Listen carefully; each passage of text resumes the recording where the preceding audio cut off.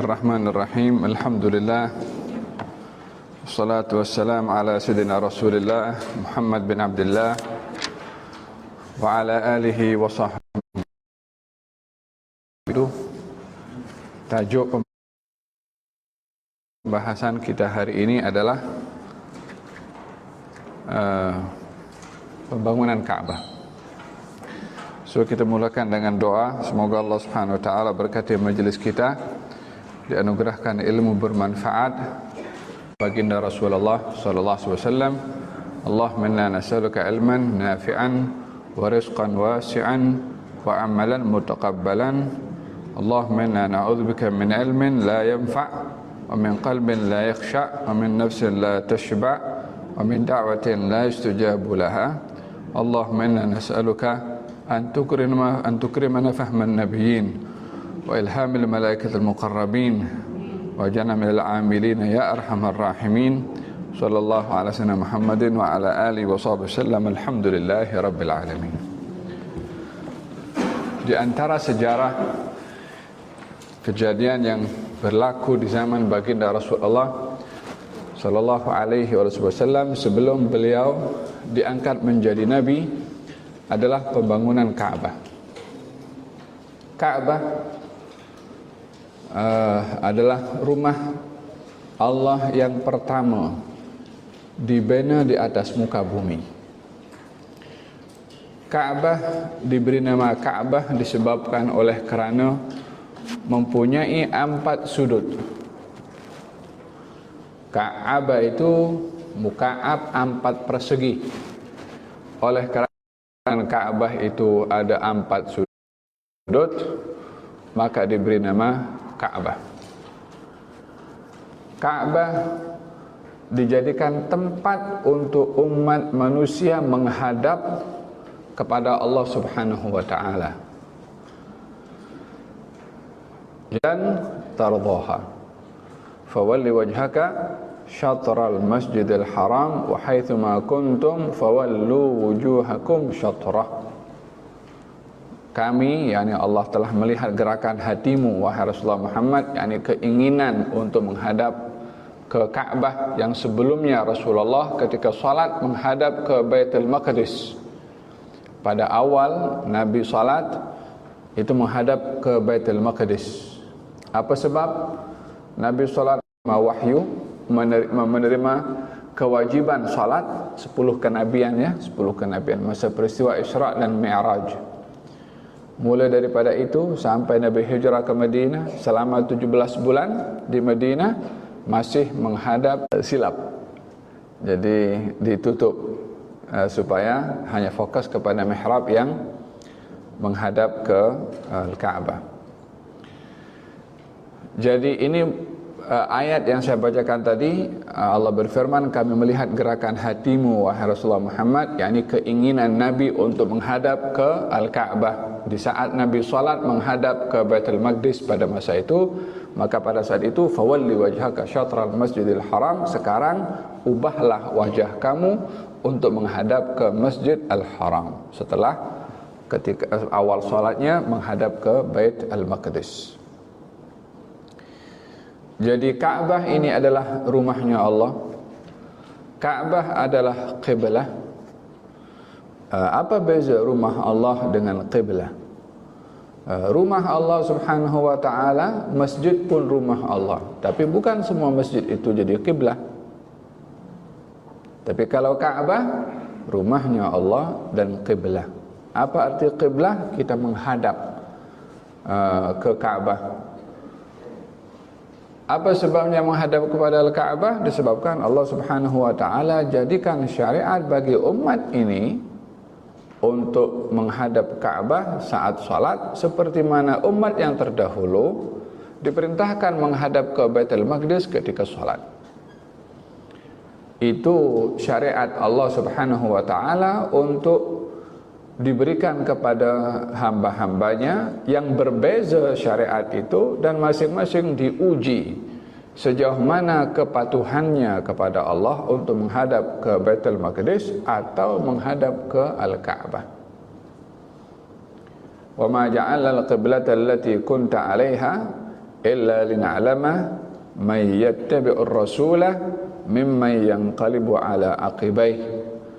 Kami tidak jadikan qiblah yang kamu dahulu menghadap kepadanya, yaitu Baitul Maqdis, dan sekarang diperintahkan untuk menghadap ke Al-Ka'bah, melainkan siapa di antara kamu yang patuh akan perintah aku, siapa yang tidak. Jadi saat Nabi awalnya menghadap Baitul Maqdis, lalu menghadap ke Al-Ka'bah, orang-orang Yahudi pertikai, apa benda ni? Sayaqulu sufaha'u ma wallahum an qiblatihim allati kan, rujuk kepada kaum Yahudi yang mempertikai Nabi, apa benda ini? Dulu menghadap sama kiblah dengan kami, kiblatnya orang Yahudi Baitul Maqdis. Nabi pada awalnya saya katakan tadi menghadap ke Baitul Maqdis. Sekarang dah bertukar pula. Lebih kurang macam tu. Orang-orang Yahudi memperli kaum muslimin dengan mengatakan sayaqulu sufaha'u ma wallahum an qiblatihim allati kanu 'alaiha qul lillahil masyriqu wal maghrib. Mereka ikut apa pasal Allah suruh dan taat, sami'na wa ata'na. Karena banyak perkara yang kita sukar untuk untuk mengetahui hikmah sebenarnya. Kenapa bulan haji itu 3 bulan? Kenapa tidak 12 bulan? Orang nak pergi haji bulan Rabiul Awal contohnya. Kenapa mesti 3 bulan? Bulan Syawal, bulan Dzulqa'dah dan sampai 10 hari bulan Dzulhijjah. Yakni 2 bulan 10 hari. Kenapa tidak 6 bulan ke? Boleh ulang alik pergi haji. Kenapa sa'i itu 7 bukan 17? Ya kan? Kenapa mesti ada mabit di Mina selama 3 malam? Kenapa mesti berada di Muzdalifah? Kenapa mesti pakai ihram? Susah-susah nak pakai ihram, tak pakai, ya kan? Kenapa masa itu tak boleh pakai minyak wangi, tak boleh? Banyak hal dalam ibadah ni yang kita perlu hanya dengar, patuh, taat. Karena tak semua benda yang diperintahkan oleh Allah itu ada rasionalnya untuk difahami. Selain daripada menyikapi segala perintah Allah ini, dilihat ini perintah Tuhanku, aku kena patuh. Tahu hikmah tak tahu hikmah, ini perintah Tuhan, kena dibuat. Sebab yang namanya perintah Allah itu kalau diukur dengan akal fikiran dan lalu difahami hikmahnya, baru dia nak buat. Dalam hal ini kita sudah menjadikan akal ini neraca untuk mengukur perintahnya Allah, masuk akal aku tidak. Tapi kalau Allah dah suruh, kenapa maghrib 3, subuh 2, asar 4? Kenapa tak jadi semua sama rata 3, 2 katanya? Ya kan? Kenapa solat mula dengan berdiri kemudian rukuk kemudian sujud? Atau kenapa tak berdiri rukuk terus sujud? Kenapa tak balik pergi ke berdiri? Ya kan? Kenapa duduk? Ya, banyak benda di dalam ibadah ini kita perlu hanya sami'na wa ata'na. Kita dengar, patuh, taat, buat. Bukan bermakna tak ada hikmah. Ada hikmahnya, tapi tak semua kita tahu hikmahnya. Di antara hikmah, pasrah, serah, buat, patuh, taat. Itu pun juga bahagian daripada hikmah. Sama juga menghadap kiblat. Awalnya menghadap Baitul Maqdis. Bahkan kiblat pertama pun sebelum Baitul Maqdis itu Ka'bah dulu. Sebentar dulu. Kita last kelas kemarin kita bahas Ka'bah atau belum? Belum. Mana tak hadir nih ya. Last kelasnya saya bahas masalah ini belum? Belum, oke. Marhaba. Dah tua lupa kadang-kadang, tak tahu sampai di mana kita punya. Awal pembangunan rumah Allah itu adalah Ka'bah. Semua menghadap Ka'bah. Kemudian dibangun Baitul Maqdis. Bani Israel menghadap Baitul Maqdis. Jadi perubahan ini semua ingin menguji siapa yang patuh, siapa yang tidak. Diubah balik menghadap ke Ka'bah. Kata Allah, lina'lama man yattabi'ur rasula mimman yanqalibu ala aqibaih. Untuk saya tahu siapa yang ikut Rasul ini menghadap Ka'bah, setelah menghadap Baitul Maqdis, siapa yang berpaling. Itu je. Dan dalam hal ini Qiblah bagi umat ini adalah Al-Ka'bah yang awalnya Bait Al-Maqdis. Perubahan ini untuk memberitahukan kepada kita bahwa ada keagungan pada Ka'bah, ada juga keagungan pada Baitul Maqdis. Karena itu adalah kiblat kita pertama. Jadi bukanlah perubahan Ka'bah daripada Baitul Qiblah daripada Baitul Maqdis kepada Ka'bah itu terus Baitul Maqdis macam tak dipikir lagi, tak dipandang lagi, tak ditengok lagi. Tidak, tetap itu adalah kiblat kita pertama. Tentunya kalau tidak ada apa-apa kemuliaan, keberkatan dan kebaikan yang Allah letak pada Baitul Maqdis, maka tak akan diperintahkan Nabi untuk menghadap ke Baitul Maqdis pada awalnya. Justru karena ada hubungan dengan umat ini, Nabi masih dikekalkan menghadap Baitul Maqdis, walaupun pada syariat Nabi Muhammad kiblah itu akan dijadikan oleh Allah untuk Ka'bah, tapi dibiarkan dulu menghadap Baitul Maqdis. Supaya apa? Supaya kita juga bertanggung jawab untuk menjaga kehormatan, kemurnian, keagungan Baitul Maqdis. Seakan-akan Nabi ingin memberikan isyarat dengan perbuatannya masih dibiarkan oleh Allah menghadap ke Baitul Maqdis selama 17 bulan walaupun sudah berhijrah. Message bahwasanya akan berlaku suatu hari nanti Baitul Maqdis akan dinodai, akan dikotori, akan dirampas, akan dikuasai oleh orang-orang Yahudi. Kamu jangan diam, kamu jangan biarkan, jangan hilang daripada hati kita kedudukan Baitul Maqdis. Isyarah daripada Allah Subhanahu wa taala dengan menjadikan baginda Rasulullah masih menghadap ke Baitul Maqdis pada awal kenabiannya. Dan Al-Ka'bah ini adalah rumah Allah dan juga qiblah. Rumah Allah dan juga qiblah. Adapun masjid-masjid adalah rumahnya Allah tapi bukan qiblah. Ka'bah ini saya katakan rumah Allah yang pertama dibina di atas muka bumi, walaupun berselisih pendapat siapakah yang membangun Ka'bah. Namun semuanya sepakat kalau Ka'bah adalah rumahnya Allah yang pertama. Allah berfirman dalam Al-Quran, Inna awwala baitin wudi'a lin-nasi lalladzi bi Bakkata mubarakan. Rumah pertama dibina di atas muka bumi ini, rumahnya Allah lah maksudnya, adalah yang ada di Bakkah, yakni maksudkan adalah Ka'bah. Mubarakan, yang diberkati oleh Allah Subhanahu wa taala. Kenapa Ka'bah dinamakan rumahnya Allah? Masjid dinamakan rumahnya Allah. Adakah maksudnya Allah bertapak di situ? Tidak seperti itu. Kita punya iman kepada Allah Subhanahu wa taala. Rumahnya Allah itu nisbatut tasyrif. Ingin memuliakan tempat itu, maka disandarkan kepada Allah. Rumahnya Allah. Maksudnya apa? Tempat ini dimuliakan oleh Allah. Yang datang ke rumah ini akan mendapat kemuliaan yang diberikan oleh Allah di rumah tersebut.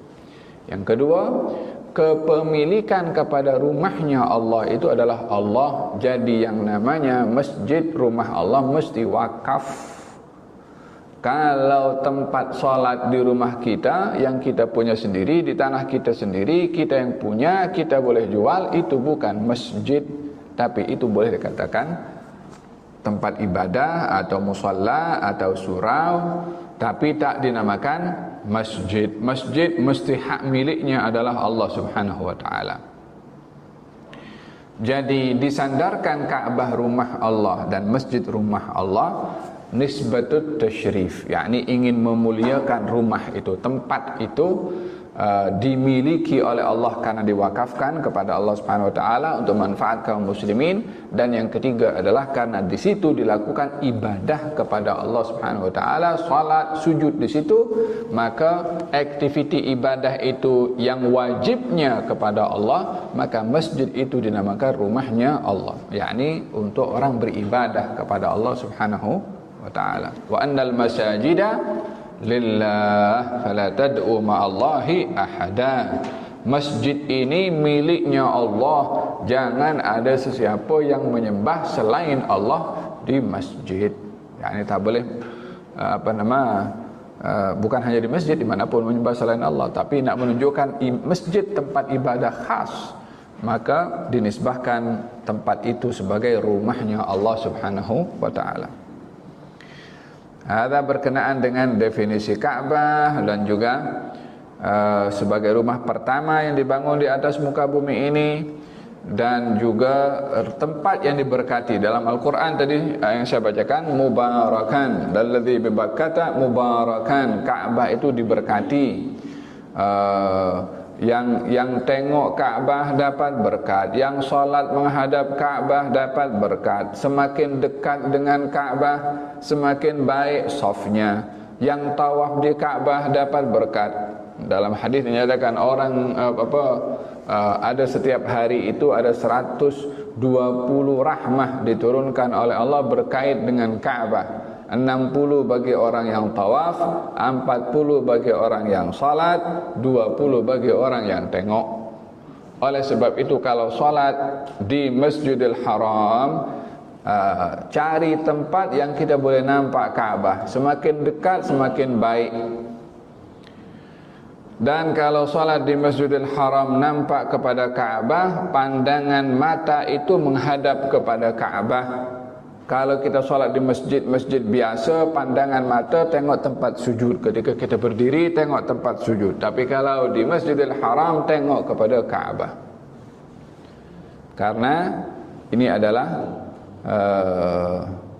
khusus dijadikan kemuliaan orang salat di Ka'bah untuk menghadap ke Ka'bah. Tapi kita menghadap Ka'bah jangan sibuk dengan benangnya, ini benang apa ya? Dia tengok saiznya tingginya berapa ni. Dia kalau akan hilang khusyuk ketika melihat kepada Ka'bah, tunduk bawah saja. Karena fokus kepada salat itu adalah al-khusyuk. Selagi dia boleh mengawal hatinya ketika salat menghadap Ka'bah tanpa mengganggu konsentrasi atau khusyuk ketika salat, maka digalakkan atau dianjurkan untuk menatap pada Ka'bah saat kita salat di hadapan Ka'bah.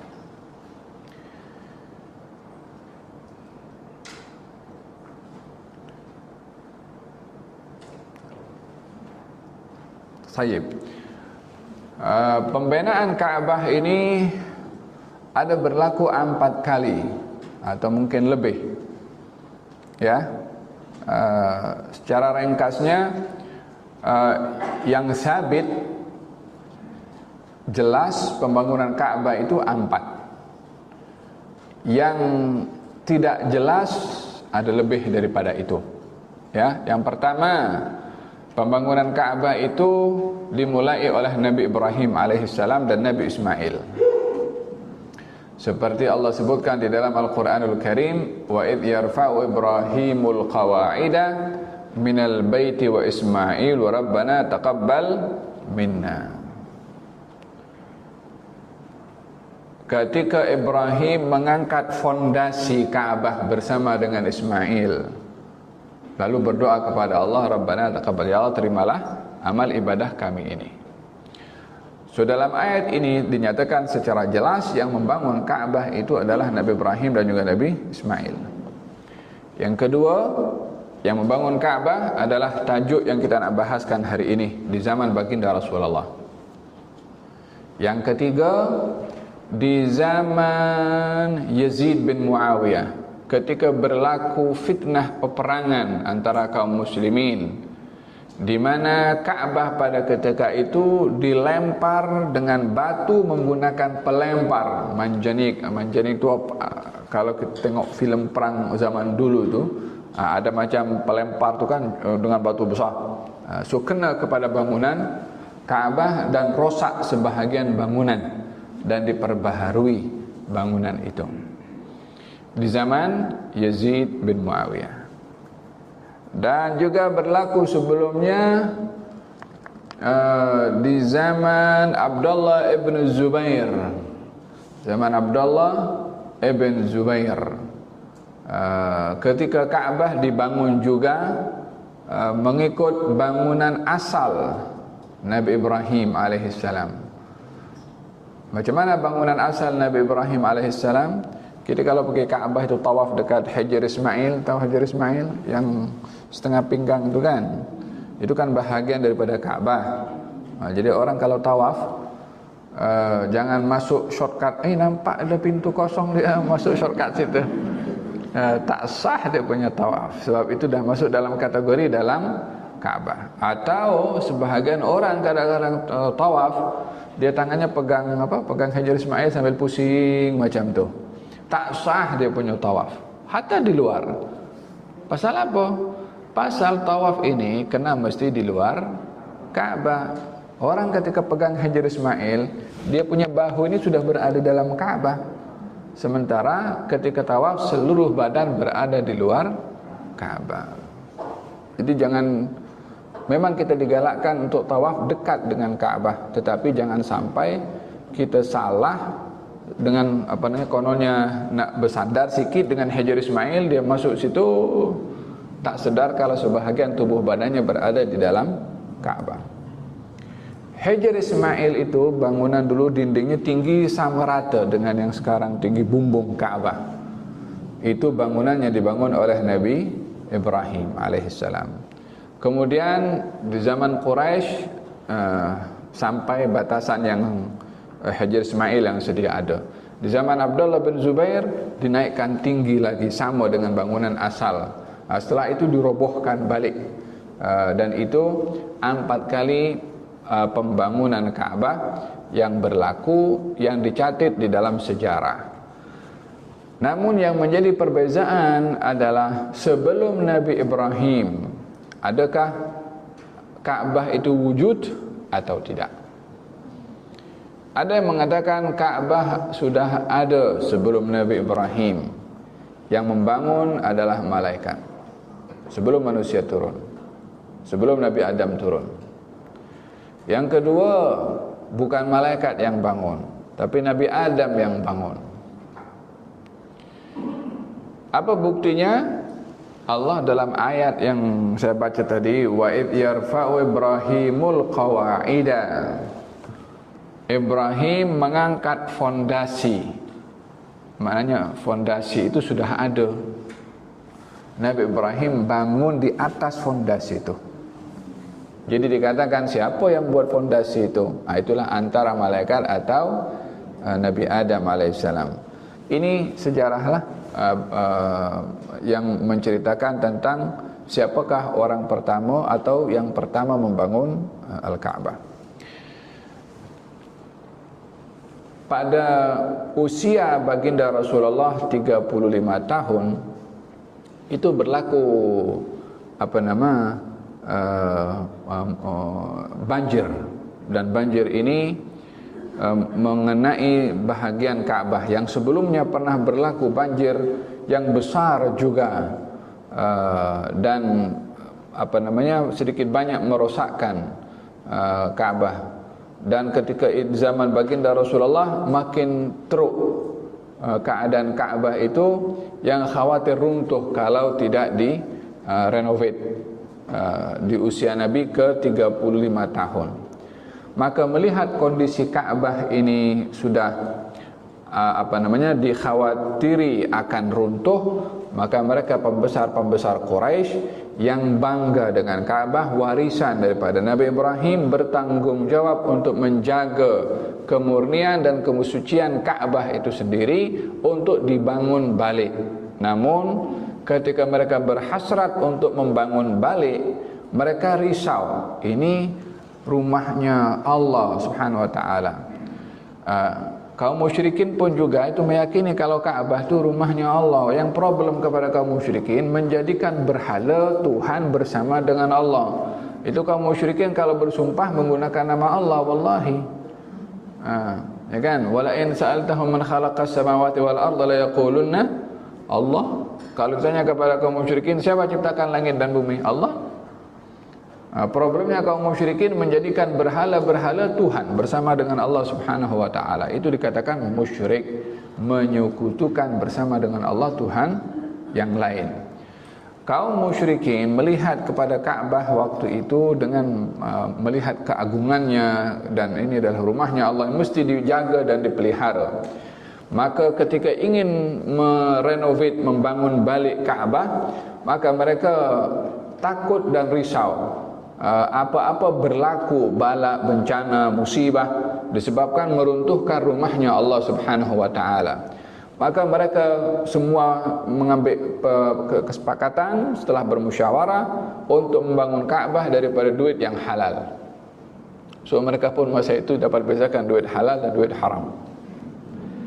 Duit khamar, duit riba semua tak digunakan untuk bangun Ka'bah. Faham tak? Zaman kita sekarang boleh ke bangun masjid dengan duit haram, dengan duit riba? Takkan tak ada duit yang halal sehingga nak bangun masjid rumahnya Allah dengan duit riba? Kedekut sangatlah. Coba fikir, nak bangun tempat ibadah daripada duit haram, daripada duit riba. Yang dipikir duit ribanya, bagi duit yang halal.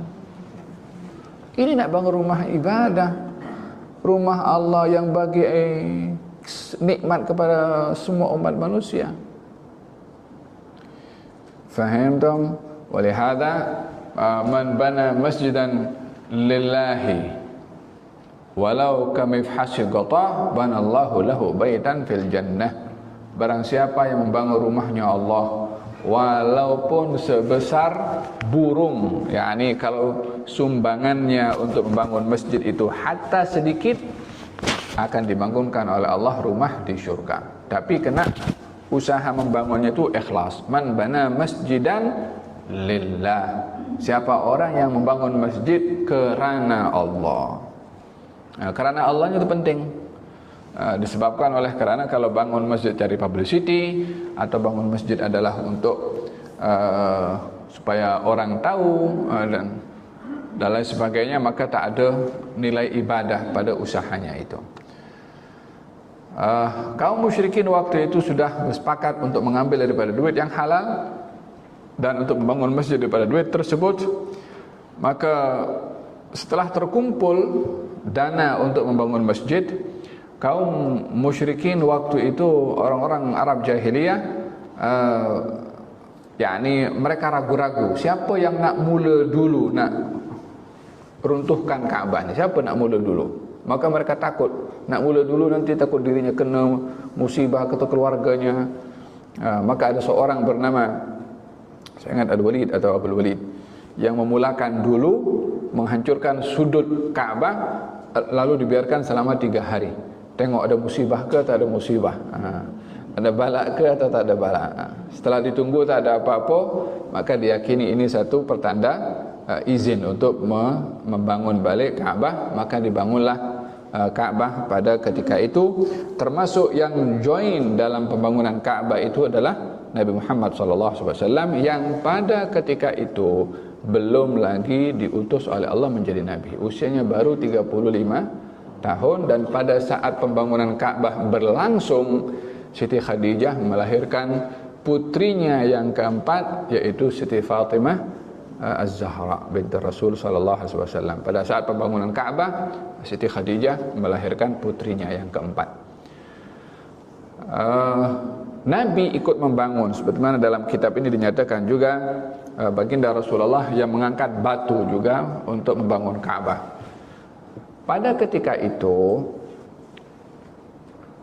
kaum musyrikin atau orang-orang jahiliyah untuk bertelanjang di Ka'bah dan melakukan tawaf, itu menjadi ajaran mereka, disebabkan oleh kerana kalau orang tawaf dalam keadaan tak berpakaian, itu menunjukkan rasa miskinnya kepada Allah Subhanahu Wa Taala, sehingga dia tak ada apa-apa pun, lebih kurang macam tu.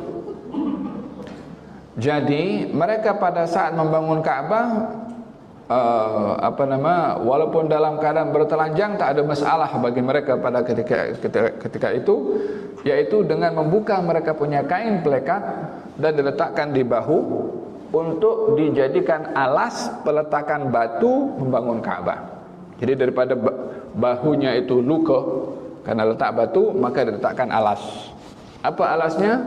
Kain yang mereka pakai sendiri. Pada saat itu Rasulullah SAW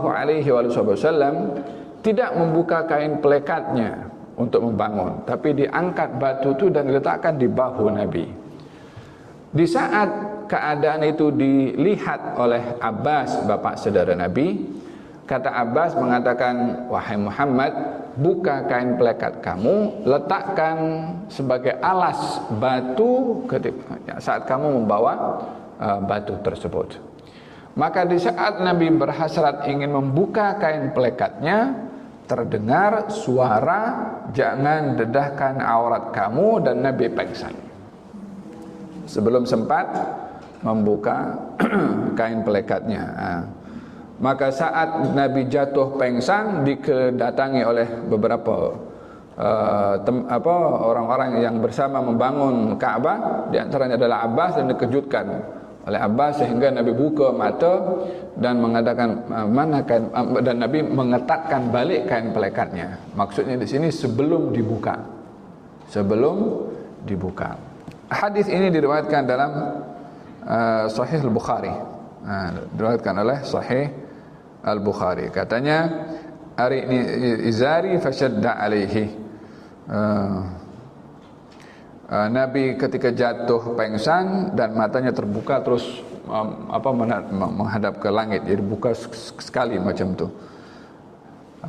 Hal ini kata ahli sirah mengatakan bahawa ini bahagian daripada protection yang diberikan oleh Allah kepada baginda Rasulullah supaya tiada sesiapa yang melihat aurat Nabi Muhammad SAW. Hatta pada ketika itu tidak ada hukum. Pada saat itu tiada lagi hukum, tidak ada lagi undang-undang berkenaan dengan syariat, sebab tak ada Nabi yang diutus pada ketika itu. Perzinaan itu di setiap tempat, merata tempat. Arak itu dah menjadi minuman hari-hari, macam air mineral. Hampir setiap rumah itu ada arak. Jadi ghiyabul hukum syariat, ketiadaan hukum hakam dan syariat karena Nabi tiada, atau karena tidak ada Nabi yang diutus di situ, menyebabkan keadaan waktu itu yakni tak ada hukum, tak ada siapa yang membawa agama sampai datanglah Nabi Muhammad SAW. Jadi pada saat Nabi di usia itu sebelum diangkat menjadi Nabi, keadaan seperti itulah di Makkah, sehingga ketika Nabi ingin membuka auratnya tidak dibenarkan oleh Allah Subhanahu wa taala, dan sampai Nabi jatuh pingsan.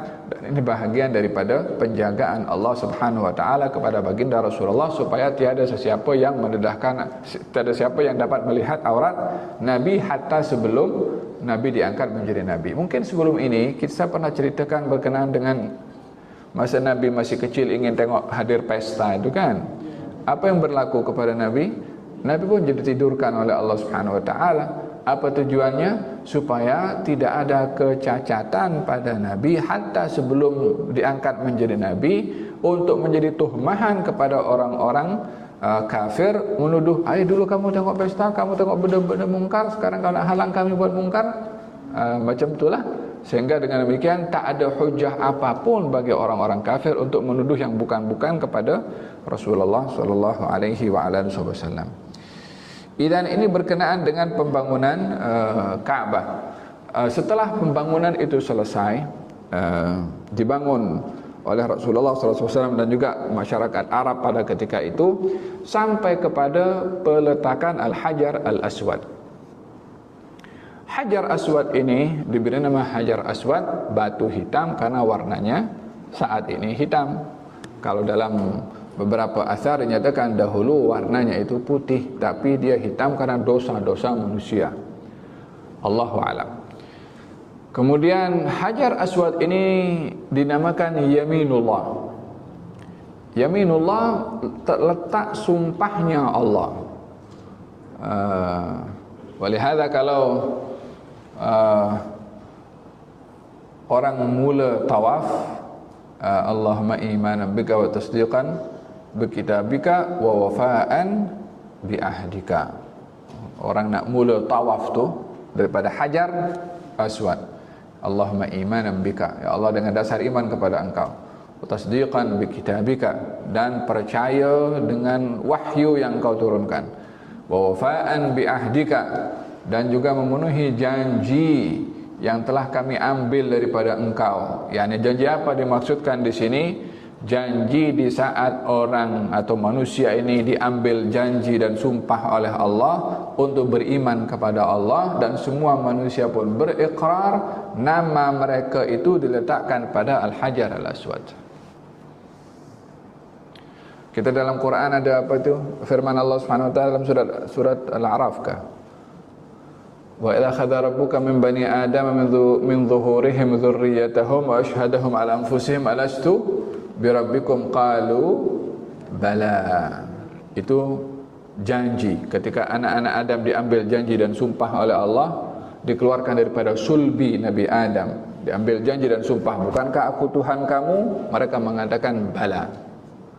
Mereka yang mengatakan bala ini nama-namanya diletakkan dalam Al-Hajar Al-Aswad. Jadi ketika mencium Hajar Aswad atau melambai, itu ada sebutan wa wafa'an bi ahdika, dan memenuhi janji kami kepada engkau wahai Allah. Apa janjinya? Untuk beriman kepada Allah yang pernah dahulu diambil ketika umat ini berada dalam sulbi Nabi Adam alaihi salam.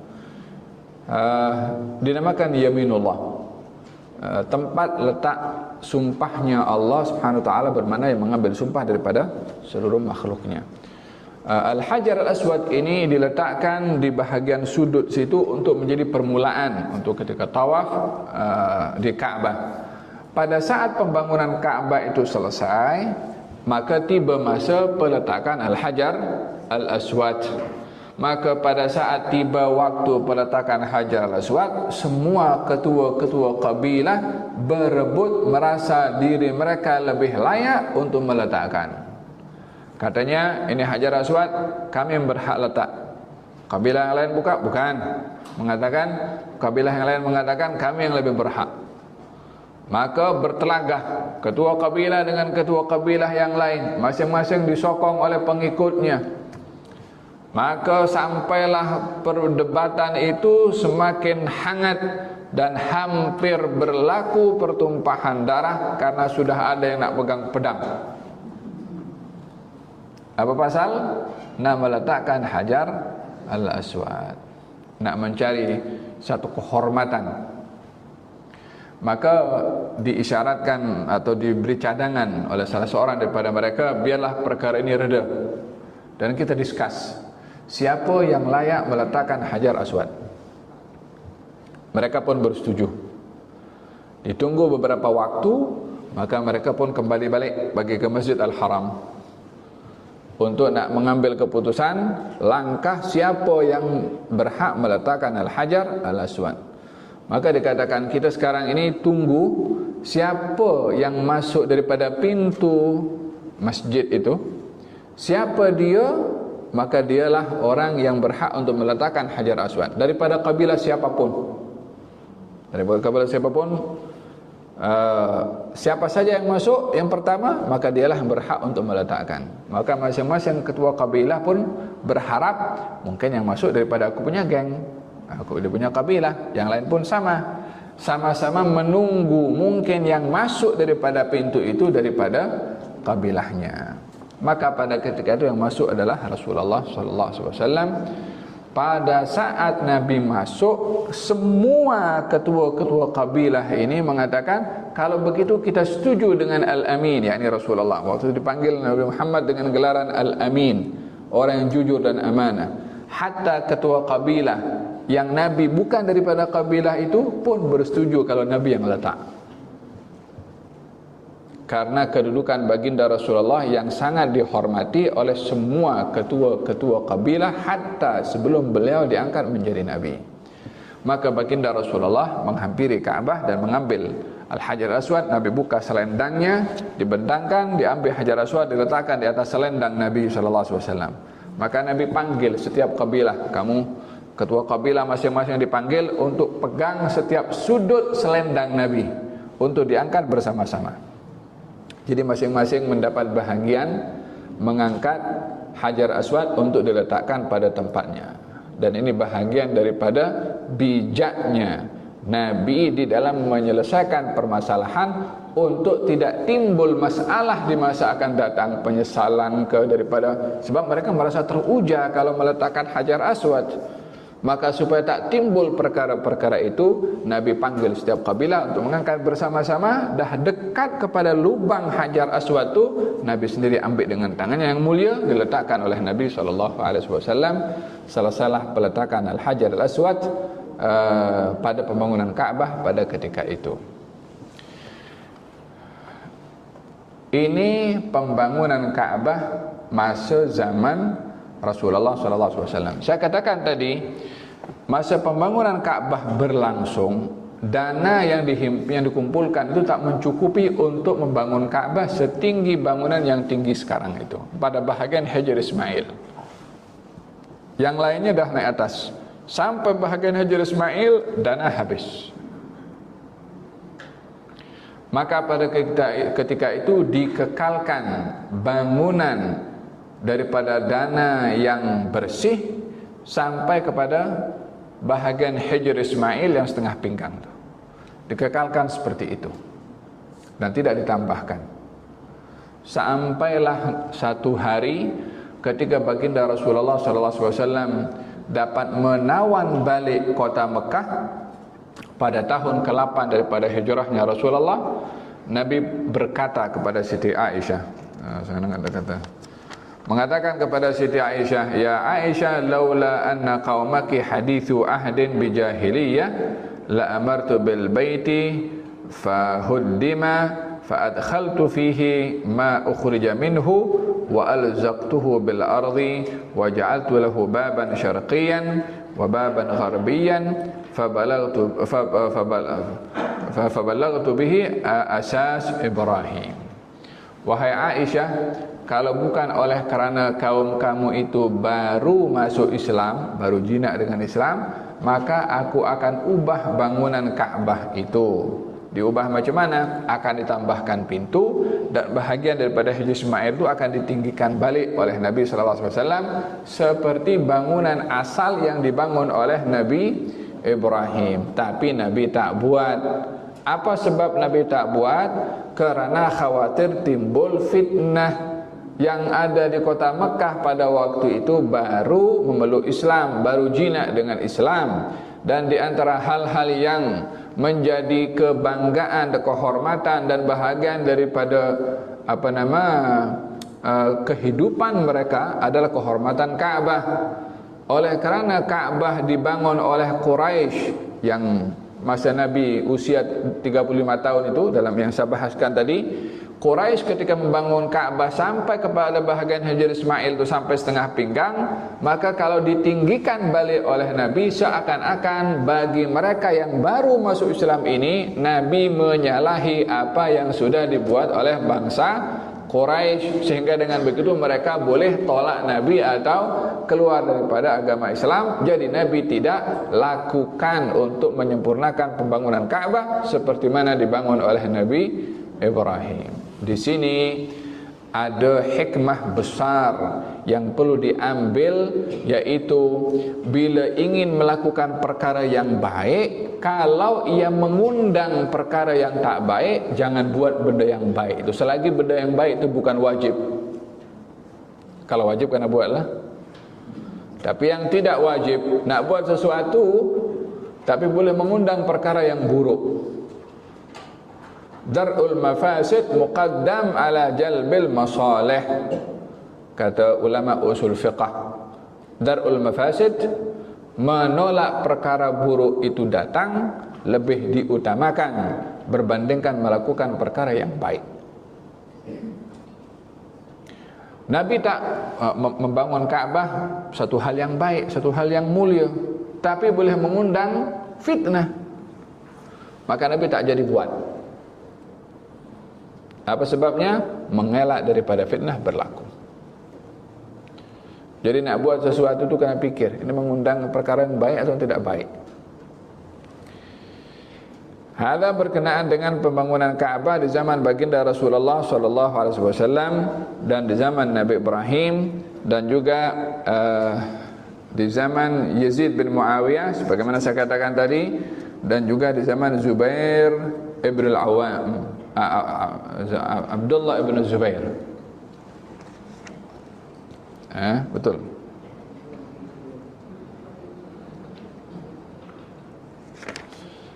Di zaman yang keempat, ya, Ibn Zubair, Abdullah ibn Zubair. Pada zaman Abdullah bin Zubair, ini Abdullah bin Zubair sahabat Nabi, dan ini berlaku setelah wafatnya Nabi. Abdullah bin Zubair termasuk orang yang berkuasa di Mekah pada waktu itu. Ketika ia berkuasa di Mekah, dibangunlah Ka'bah setinggi sama rata dengan bangunan yang sedia ada sekarang. Setelah Ibn Zubair terbunuh, diubah balik, dikekalkan bangunan seperti mana ditinggalkan pada saat wafatnya Nabi. Nabi wafat, keadaan Ka'bah macam mana? Keadaan Ka'bah kekal seperti bangunan setengah pinggang itu bahkan Hajar Ismail. Maka mereka mengembalikan bangunan Ka'bah itu kekal seperti mana ditinggalkan oleh baginda Rasulullah SAW. Pada bahagian Hajar Ismail itu kekal hanya setengah pinggang saja. Dan setelah itu dimuktamadkan, jangan ada siapa lagi yang mengubah tentang Ka'bah, siapapun yang berkuasa. Di zaman Imam Malik radhiyallahu anhu menjadi mufti atau menjadi pengeluar fatwa di Madinah di zamannya Harun ar-Rasyid. Harun ar-Rasyid datang kepada Imam Malik, minta nasihat, minta pendapat. Katanya, aku nak bangun Ka'bah seperti bangunan Nabi Ibrahim. Yani bahagian Hajar Ismail itu nak ditinggikan balik, karena itu yang original. Imam Malik mengatakan jangan. Nanti Ka'bah ini tak ada harganya disebabkan menjadi mainan penguasa. Bertukar penguasa hari ini naikkan, penguasa esok robohkan, naik lagi naikkan. Jadi tak ada nilai pada Ka'bah itu. Maka dilarang oleh Imam Malik, dan Harun ar-Rasyid pun mematuhi nasihat Imam Malik. Tapi bangunan sebenarnya itu adalah bangunan sama tinggi, ya. Dan menjadi pembenaran dengan kekalnya kondisi Ka'bah sampai setengah pinggang pada bahagian Hajar Ismail, karena sampai akhir hayat Nabi pun Nabi membiarkan Ka'bah pada keadaan yang sedia ada sekarang. Jadi itu sebagai satu sumber hukum juga, bahwa apa yang sudah dibiarkan oleh Rasulullah itu sebagai satu pembenaran keadaan Ka'bah seperti itu.